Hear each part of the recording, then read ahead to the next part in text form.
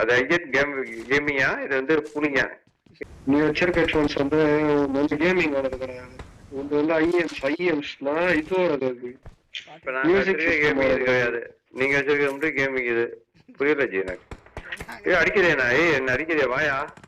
சொல்லவே இல்ல தவிர இது கேமிங் இல்ல சொல்ற அவரு அது ஐஎன் கேமிங்கா இது வந்து கூலிங்கா கேக்குறா? சரி ஆமா ஐஎம் சாங்ஸ் கேட்காத அது ஆஷனோட இது சொன்னது இது சாங்ஸ். இது சாங்ஸ் கேக்க யாரு ஐஎம் சாஷனோட கேமிங் கேக்கு. இது ஐஎம்சியே கிடையாது. யாரு